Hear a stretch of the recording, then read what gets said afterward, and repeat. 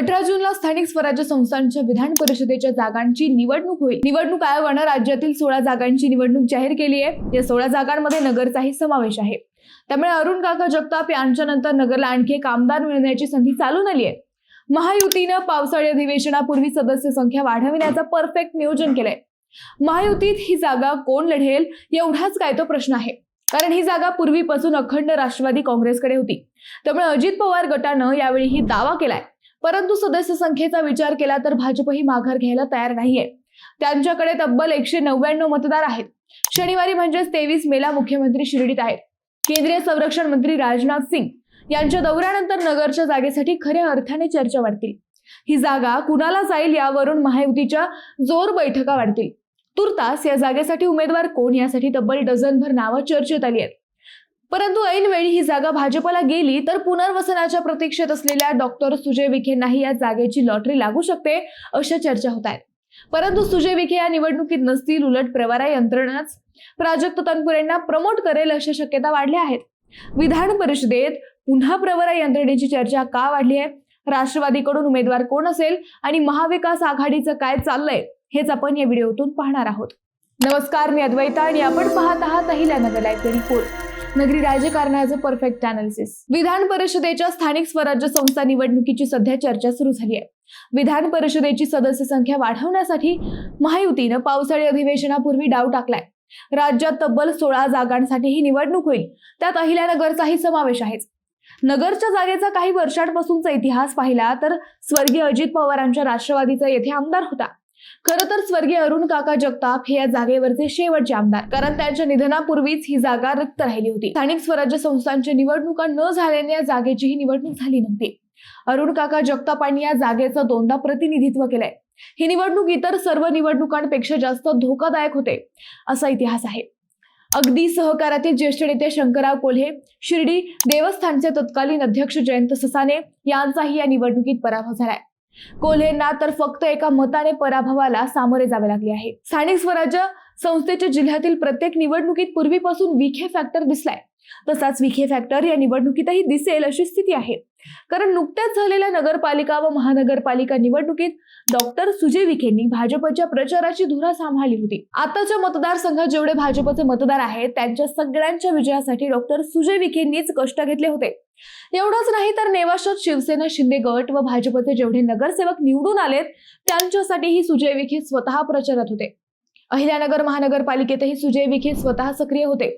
महायुतीतील फक्त भाजपच नाही तर शिवसेना शिंदे गट व राष्ट्रवादी अजित पवार गटाच्या विजयातही सुजय विखेंचा मोठा वाटा राहिलाय, हे मान्यच करावं लागलं। 2024च्या लोकसभा निवडणुकीत नगर दक्षिणेत झालेल्या पराभवानंतर सुजय विखेंनी फास्ट फॉरवर्ड राजकारण केलं। त्यानंतरची विधानसभा, नगरपालिका, महानगरपालिका व अगदीच राहुरीच्या पोटनिवडणुकीतही विखेंनी स्वतः ग्राउंडवर उतरून भाजपला घराघरात पोहोचवलंय। सुजय विखेंचं हे काम नाकारून चालत नाही। या प्रामाणिक कामाची पावती म्हणून भाजपनं त्यांना थेट प्रदेश उपाध्यक्ष पदाची संधी दिली आहे। सुजय विखेंचा आक्रमक स्वभाव, थेट भिडण्याची वृत्ती आणि प्रामाणिक यंत्रणा यामुळे संगमनेर विधानसभेच्या वेळी व राहुरीच्या पोटनिवडणुकीतही त्यांच्या उमेदवारीची चर्चा झाली। संगमनेरमध्ये थोरातांविरोधात व राहुरी तनपुरे विरोधात ते लढतील असे बोलले गेले, परंतु या दोन्ही निवडणुकीत पक्षाच्या आदेशानंतर त्यांनी स्वतः माघार घेत महायुतीने दिलेल्या उमेदवाराला विजयी केलं। अगदी तसंच स्थानिक स्वराज्य संस्था मतदारसंघाच्या निवडणुकीतही त्यांच्या नावाची चर्चा सुरू झाली आहे। अर्थात प्रवरा यंत्रणेने याबाबत सध्या मौन पाळलंय, परंतु स्वतः सुजय विखे हेच माजी मंत्री प्राजक्त तनपुरे यांना आमदार करतील अशाही शक्यता व्यक्त केल्या जात आहेत। त्यात सगळ्यात महत्वाचं कारण म्हणजे 2029ची लोकसभा निवडणूक, कारण 2029 पर्यंत तनपुरेंसह पाथर्डीचे ढाकणेही महायुतीत येतील असे नियोजन सुरू असल्याच्या चर्चा आहेत। असे झाले तर पुढची लोकसभा व विधानसभा अशा दोन्ही निवडणुकात महायुतीला गेल्या वेळीपेक्षा जास्त यश येईल असं नियोजन सुरू असल्याचं दिसतंय। शिर्डीत केंद्रीय मंत्री राजनाथ सिंग व मुख्यमंत्री देवेंद्र फडणवीस यांचा शनिवारी दौरा आहे। विखेंची प्रवरा यंत्रणा सध्या याच कामात व्यस्त आहे, त्यामुळे कदाचित हा दौरा झाल्यानंतर विखेंची यंत्रणा कामाला लागेल अशा चर्चा आहेत। अगदी छोट्या छोट्या गोष्टीत चर्चेत असणारी प्रवरा यंत्रणा या निवडणुकीबाबत एवढी शांत का, हीच खरी गोम आहे। प्रवरा यंत्रणेचं पडद्याआडून काही चाललंय का ही शंका या निमित्तानं येऊ लागली आहे। विधान परिषदेच्या स्थानिक स्वराज्य संस्था मतदारसंघाची निवडणूक 18 जूनला होणार आहे, म्हणजेच प्रचारासाठी फक्त 25 दिवस शिल्लक आहेत। परंतु अद्याप विखे व थोरात हे दोन्ही दिग्गज नेते व त्यांचे यंत्रणा अजूनही शांतच आहेत। यात शांततेत काही शिस्त आहे का, हाच खरा प्रश्न आहे. थोरातांच्या नात्या गोत्यातील राहुरीचे प्राजक्त तनपुरे, नेवाशाचे शंकरा गुडाख हे 2 नावे यापूर्वी चर्चेत आली आहेत. स्वतः बाळासाहेब थोरात यांचे नावही या निवडणुकीसाठी चर्चेत आणलं गेलंय. याशिवाय ही जागा ज्या राष्ट्रवादीकडे आहे त्या राष्ट्रवादीचे चंद्रशेखर घुले, राहुल जगताप, घनश्याम शेलार व स्वर्गीय अरुण काका यांचे चिरंजीव सचिन जगताप यांचेही कार्यकर्ते ऍक्टिव्ह झालेत. भाजपकडून देवळाली प्रवराचे नगराध्यक्ष सत्यजित कदम, ज्येष्ठ नेते ऍडव्होकेट अभय आगरकर, प्राध्यापक भानुदास बेरड यांना संधी मिळेल असे सांगितले जात आहे. परंतु एवढी डझनभर नावं चर्चेत आल्यानंतरही प्रवरा यंत्रणेची शांतता ही वादळापूर्वीची तर नाही ना, अशा शंका येऊ लागल्यात. नगर जिल्ह्यातील प्रत्येक निवडणुकीत कुछ भी हो सकता है हा प्रत्यय नेहमीच येतो.